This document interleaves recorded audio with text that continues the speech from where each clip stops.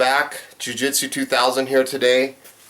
I have a cool little saw that I found at a garage sale today. I picked this saw up for 15 bucks.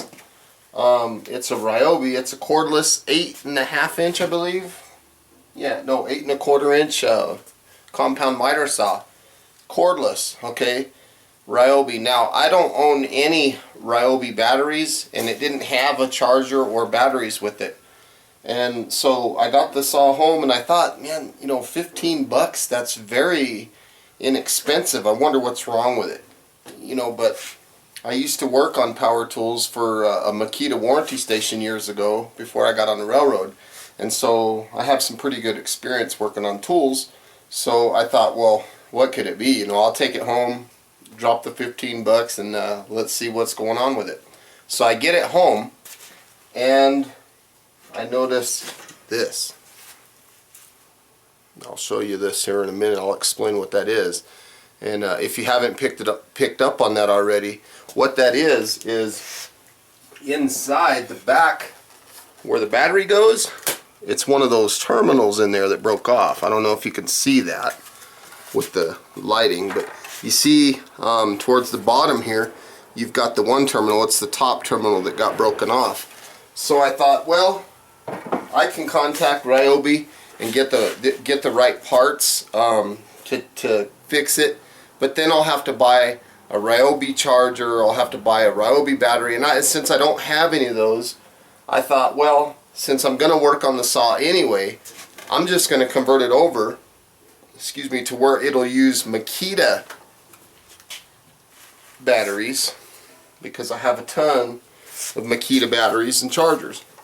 So that's what I'm going to take you through the process today with me of how to convert a Ryobi saw over to use Makita batteries.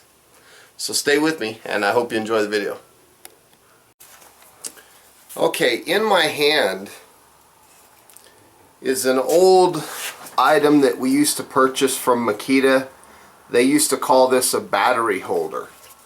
And you might be sitting here wondering, what in the world is this? It's an old battery holder, they used to call it. And what it was it's obviously a piece of plastic that you can open up, and you could insert one of the 9.6 volt batteries in. And you're probably thinking, what in the world is that for? Well, what it's for is opening this up, and it creates a automotive type outlet for your 12 volt appliances. Now, this will use 9 volt batteries, it'll use 12 volt batteries, and it's kind of a neat little item. So my idea was to take this concept and basically run a cord off of the back of this saw so I can plug it into this 12 volt outlet. But I don't want to be limited to just the 9 volt batteries. Okay? They might not have enough power to run the saw the way I want to run it. So what I've done is I've taken one of those old battery holders, and you can see that I've cut it down. So this was the battery holder, right? I've cut it down, and the Makita batteries, I don't know if you guys know or not, but on one side they have like a little raised edge right here, and then on the other side they're flat. So that raised edge has to go in this groove right here that I'm pointing at. And so what I've done is to make it where the battery only goes in the correct way, I put epoxy, JB Weld, onto this edge so that you can't put the batteries in backwards, or it would be difficult to do it. So therefore, the batteries have to be inserted the correct way. So now what this does, being able to cut this down, is it allows me to not only use the 9 volt batteries, but I can also use, you know, your 14.4 batteries. They have the same thing. They have the little lip on them. So I can plug in your 14 volt batteries. Well, there we go. Just like so. I can plug in 12 volt batteries, such as this. This happens to be an aftermarket. 12 volt batteries will fit. The 9 volts will fit, obviously. These are the smaller 7.2 volt batteries in my hand here. So I can also run those. They fit in there no problem. And last but not least, some of the small 9-volt batteries, they also fit in there. And there's one more. That would be the ever so popular 18-volt battery. Again, they fit in this battery holder.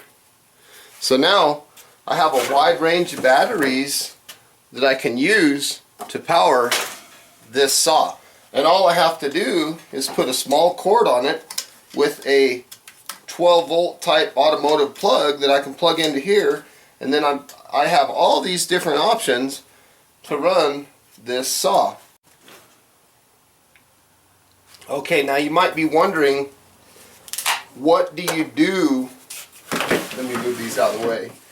You might be thinking, what can you do if you don't have access to buying one of these old battery holders? Because they don't make these anymore as far as I understand. So you might be thinking, I can't find these. What options can I use to get something to work with all these batteries? Here's another idea. If you have an old dead Makita battery charger laying around, maybe you could use this. Okay. And what I've done is I've taken an old Makita battery charger, I've put a little switch on it, and I've installed a 12-volt outlet on it. So I can do the same thing. I can plug whatever batteries in, turn the switch on or off, and then I can plug in my tools into this outlet. So again, that's another option if you don't have access to one of these old battery holders. Now, there's a website on the internet called CPO Outlet, I believe, and they have a lot of Makita stuff, and I'm not sure, don't quote me, okay, but I think they still offer some of these old battery holders. Now, I'm going to hold this up to the camera so you can see the model number. Battery holder BH1210. Okay, that's what it is. But like I said, if you don't have that option, find an old beat up, charger. You could put it on Craigslist, in search of an old dead Makita charger. Find one at a garage sale, find one on Craigslist, find one on eBay. Just something that's old and dead. And then basically you pull the 4 screws off, you take all the guts out, and you you put your wires in so that you plug it in. You make yourself a little 12-volt outlet just like I did. Just put one of those in there. It's really simple. Okay, so in my hand I have a couple of these little 12-volt accessory cord power plugs. I find these, and I have a box full of them at the house, all kinds of old electrical parts and stuff. And any kind of old chargers or anything like that, I always throw in that box. So whenever I have a project like this that I want to work on, I can find these old outlets and stuff, and all they are is just that. They're old outlets, and maybe the cords have been cut off, So these are what I'm going to be using. Not both of them, obviously, but I'm going to be using just one of them. So that's what I'm going to use. And this one here seems to have a thicker cord. So that's the one I'm going to use. Basically, it's just going to cut itself into the saw, just like this, and it's going to be like a corded saw, except I'm going to be using cordless batteries. Okay, so let's go ahead and get started. First thing I need to do is I need to open up the saw a little bit and kind of flip it upside down. I need to be able to access these cover screws right here because I'm going to have to take this plate apart. Most of the saws, they have the screws on the top, but this one, they kind of have it upside down. So I'm just going to set the saw down, something like that, and I'm going to take all these screws out. They're just Phillips screws. I'll get started here taking those out.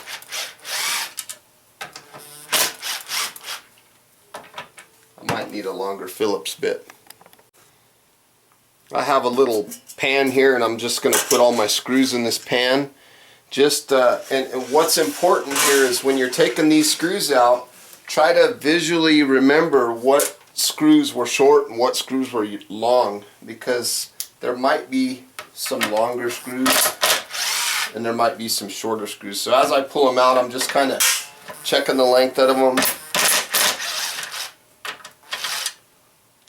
So far they're all the same size. That one I'm going to have a regular screwdriver, I think. So I'm going to go ahead and finish taking the rest of these out, and I'll be right back.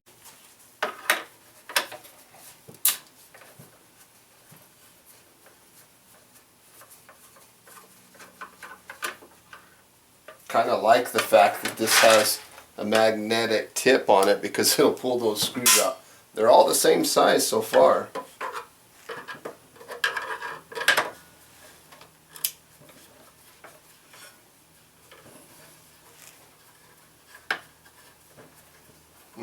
You're probably wondering, like, why I'm not cutting the film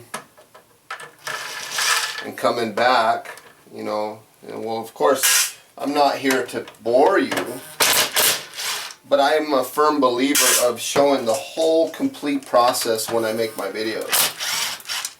So if you're getting bored, just feel free to scan ahead if you need to. I don't like turning the camera off and then coming back when things are done. Because if there's something special that I need to do, I want to make sure that you guys get to see that. If I come across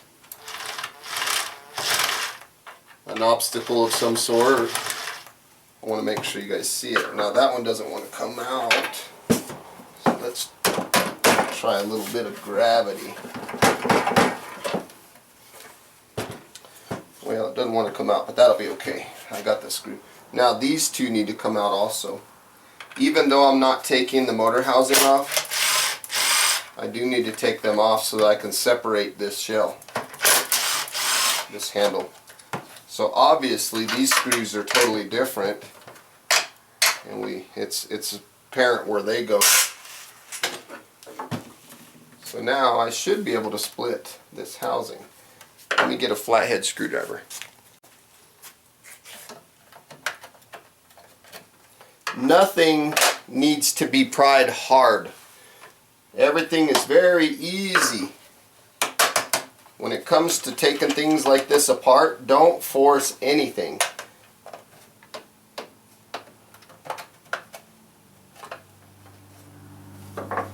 Everything has to fit a certain way.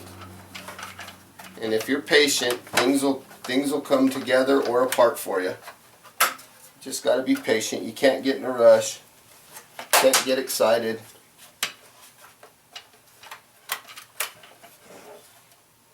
Just take your time.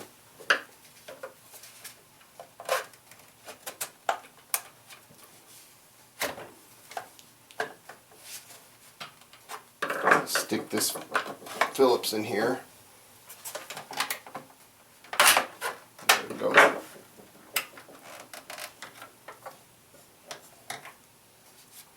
Sometimes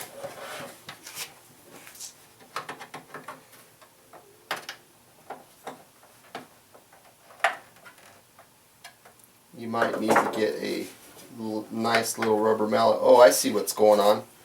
Right here, this sticker. I'll zoom in real quick and show you.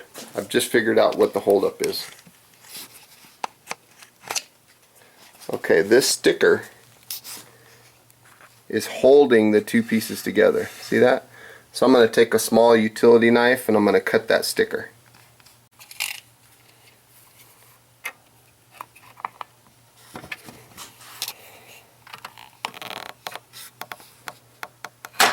There it is.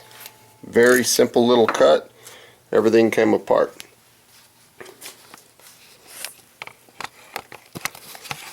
And like I said, you know, I'm a firm believer of not forcing things. You see that I had a problem, so I stopped and opened my eyes and looked, and I found what was holding it up. It was that sticker.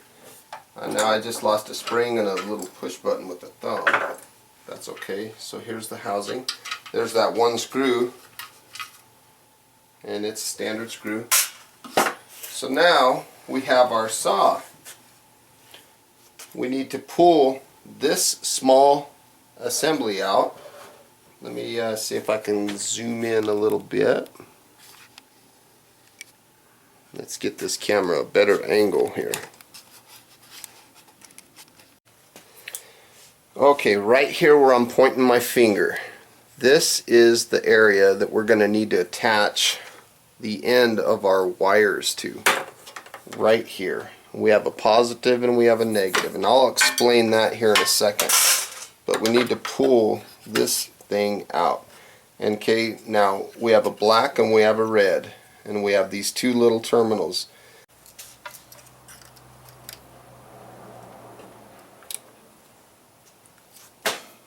Okay, so there we have it broken off. We have both pieces ready to install our wires. Okay, this next step is to determine what wire is what in relation to black and red. Okay, now these are both normal, you know, you can't tell anything different, but one of them is positive and one of them is negative. So I have to make sure that I plug these wires in correctly so that the polarity will be right on the motor, so that the blade will spin the correct way. So what I'm going to do is I'm going to test it. I'm going to take some wire strippers and I'm going to strip one short, and I'll strip the other one a little longer because I want them to look different. I want to be able to tell which one's going to be black and which one's going to be red. So that's why I made them different lengths. Now, you want to be very careful during this step, because what I'm going to do is I'm actually going to run the saw. So I'm going to kind of move my tools and stuff out of the way, and I'm going to get my battery holder and a low voltage battery. Nothing too crazy. We'll just start with like a little 9 volt. We'll take it out of my impact wrench here. In fact, I have one right here. So we'll take the 9 volt battery, we'll put the battery in, we know that the polarity is right, and I'm going to take these little jumpers. These are just little alligator clips that I like to use. We're going to run one to one end, and we'll make the red wire, we'll make that the short one. And we'll make the black wire the long one. So the black wire is the long one. We'll see this. What I'm going to do now is I'm going to plug this in, making sure that those wires don't touch each other, either here or there, making sure that they don't touch, and make sure that the saw is stable before you plug this in. Now, let's very quickly turn the power on. Now you can see the rotation of the blade went backwards, because these teeth have to, so the blade has to go this way to cut into the material. You see that? Let me zoom in a little bit. Now watch the rotation. The rotation was backwards. So that tells me that my polarity is wrong. So let's switch my polarity.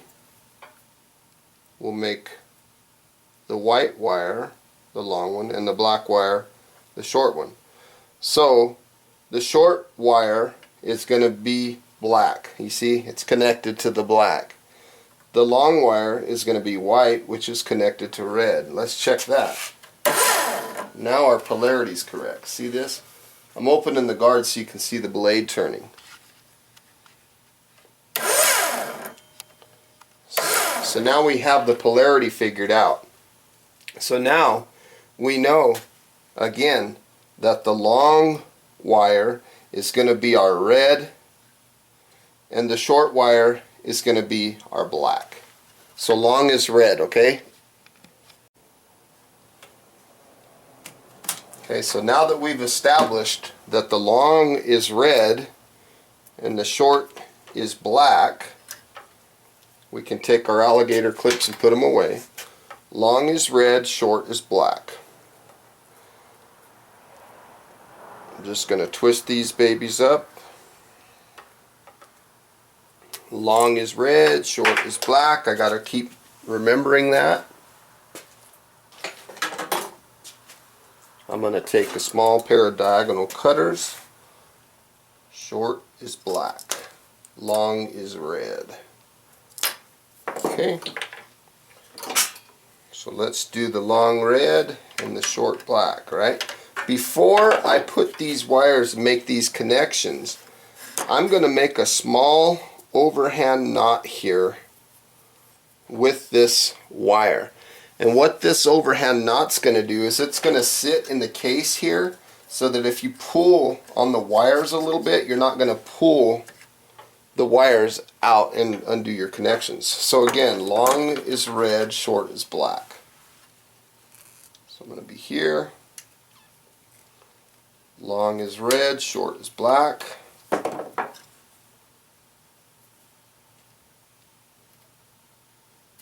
If you have wire nuts, you can use wire nuts. If you have a soldering iron, you can solder them.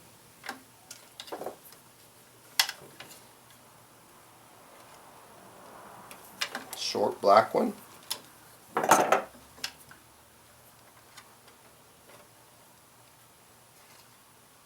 Okay, so we have them twisted temporarily on. Let's double check our polarity one more time, just to make sure we got it right. We're going to watch the rotation of the blade. Okay, we're good. So we did it correctly. Now I'm going to open up with my soldering iron and I'm going to solder these wires together. Okay. I'm going to take a little bit of flux on my solder here and I'm just going to solder these wires. It doesn't have to be anything crazy. I'll probably cap them off with some wire caps here in a minute too. You know, in fact, I could just do that alone and it would be fine. But I like soldering my wires. That way the vibration of the saw, when it's running, if I'm using, say I'm using an 18-volt battery, it's going to get a lot of vibration or something. I won't have no problems. Now I'm not going to solder the whole wires. I'm just going to kind of tack them on together just a little bit. Just putting a little bit of solder on there.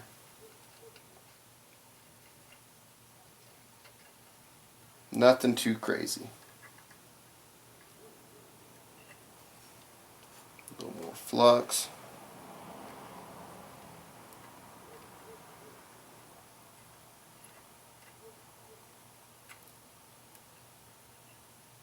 And that's good. Now I'm going to step away, get some wire nuts, and I'm going to put wire nuts on it, and then we'll put her together. Okay, I have two little wire nuts here. I'm just going to cut this wire down a little bit. I didn't put a lot of solder on. I probably didn't even do enough, but that's besides the point. These wire nuts will hold things together nice and tight anyway. Looks like I lost my little wire anyway. That's okay. That's the whole reason why we have wire nuts. My solder just wasn't sticking. I don't think I was letting my soldering iron get hot enough.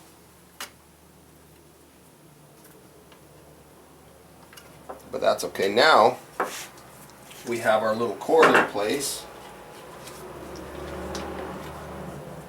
So at this point we can start to put this stuff back together. So I'm just going to put these little wire nuts, kind of fold them up into the case here. You want to make sure that they're not in any of these areas. Let me zoom in here. You don't want them on any of these holes, otherwise when you put the saw together, when you put that plastic back together, it will cut your wires, so you don't want to do that. Now remember this spring and this button fell off earlier? This will fit right here, just like so. And so we're going to put the little spring in there. That's a safety mechanism for the trigger right here. So I just put the spring together. Let me get this camera view so you can see what I did here. So I put the spring mechanism together. Whoops. Holding the camera with one hand and filming with the other is not a good idea. So again, like so. Let me see if I can find a way to hold this camera.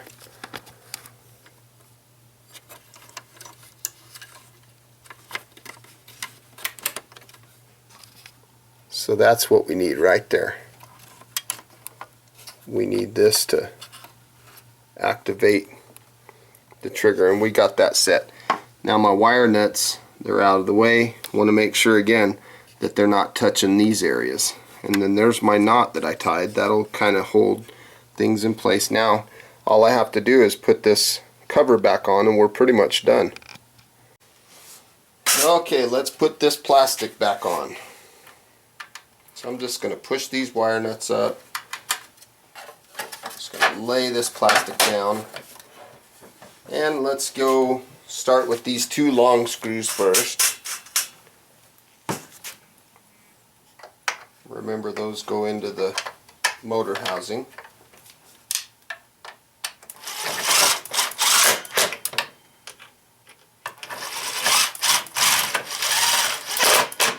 I don't tighten them too tight. And this is just a little 9-volt Makita impact wrench that I like to use. Works great for working on tools. Now, earlier I made a note that all these screws, you can see that they're all the same size. So it does not matter what screw goes where. They're all the same. So we're just going to start zipping them in. Don't put them in too tight if you're using an impact wrench. Before I put all my screws in, I want to make sure that I'm not plugged in, and I want to test this button. See, doesn't work. Push the safety in, the button works. Okay, now I can continue to put my screws in.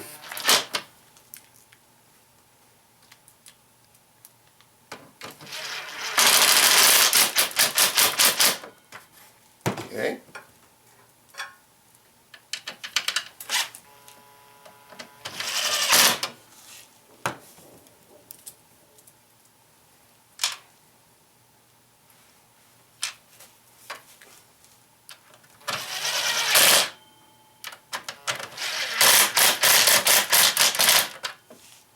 Because if you put them in too tight, you'll strip the plastic and then you won't be grabbing anything.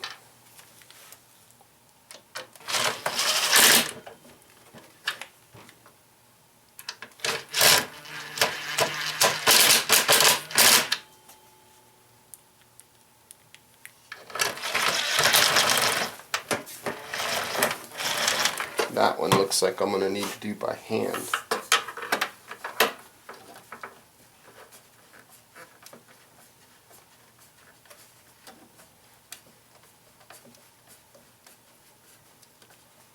Again, nothing has to be gorilla tight.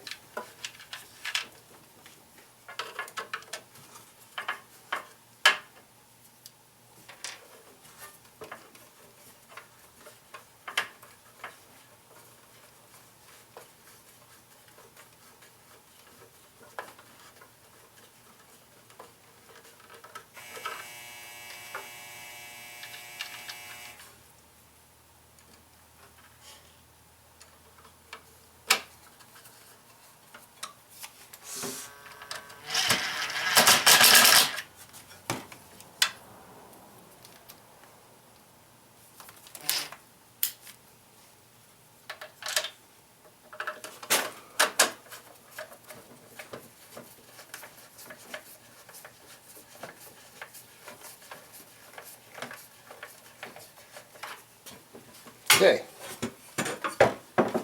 so there we have it. We got our nice little cord coming out the back with our plug.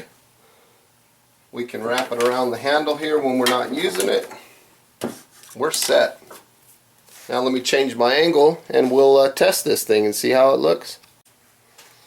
Okay, let's take a look.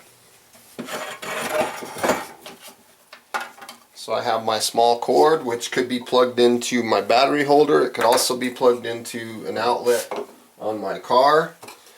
And shoot, let's just use a 14-volt battery.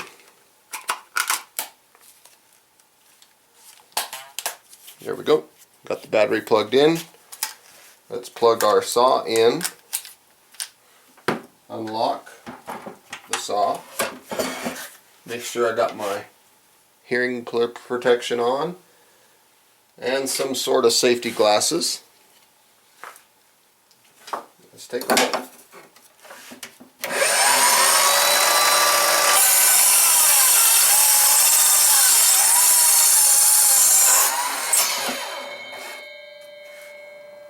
Looks like it does a pretty good job.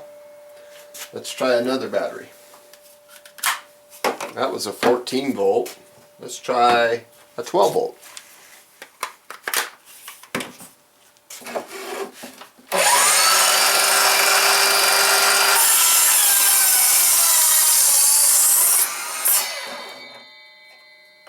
Looks pretty good. How about a 9 volt?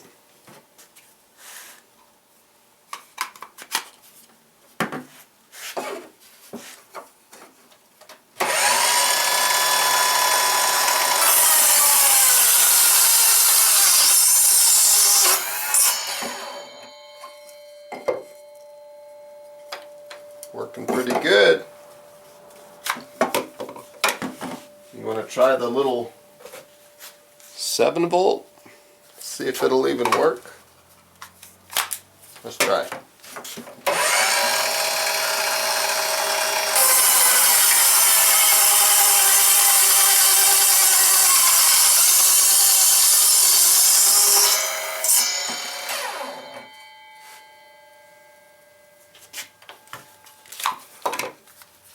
How about we go up to what we should be using and try an 18 volt.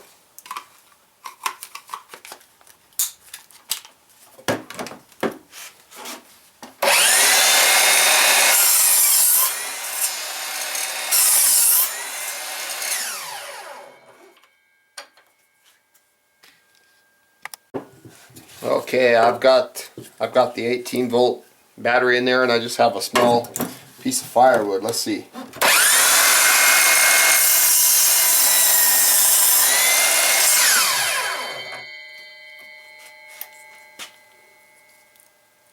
This saw does a good job. I love the smell of that cedar.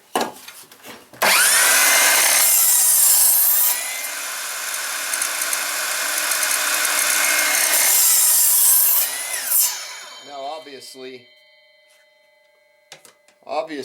I probably need to put a dust bag on here, and I have one of those around here somewhere. And I believe the dust bag is what I used to use on my corded saw. But anyway, I think you get the idea. So there you have it, everybody. We have a Ryobi saw using all kinds of Makita batteries. Again, don't forget about the battery charger option. If you have an old battery charger, you can use that too. But I just wanted to show that you can make this thing work, you know, off of putting a little plug on it. And you could use all your batteries that you have currently. Now, it doesn't have to be Makita. If you have a DeWalt and you got an old DeWalt charger and some batteries, well, you can adapt it to that. It's a pretty fun process. It works great. You can tell, you know, that this saw is ready to go. You could also use this to plug into your outlet on your vehicle. Now you're probably saying, well, that cord's only about 3 feet long. Well, you can buy like thick speaker wire and run small extension cords. You can buy all the adapters and things to do that. It's a very easy process. So as always, everybody, I want to say thank you for watching my videos. I hope that you got some good information out of this video. I hope that you found it useful. And thanks again for watching. Feel free to comment, feel free to leave a thumbs up, share the video, subscribe, and as always, have a beautiful day, everybody. We'll see you next time. Bye-bye.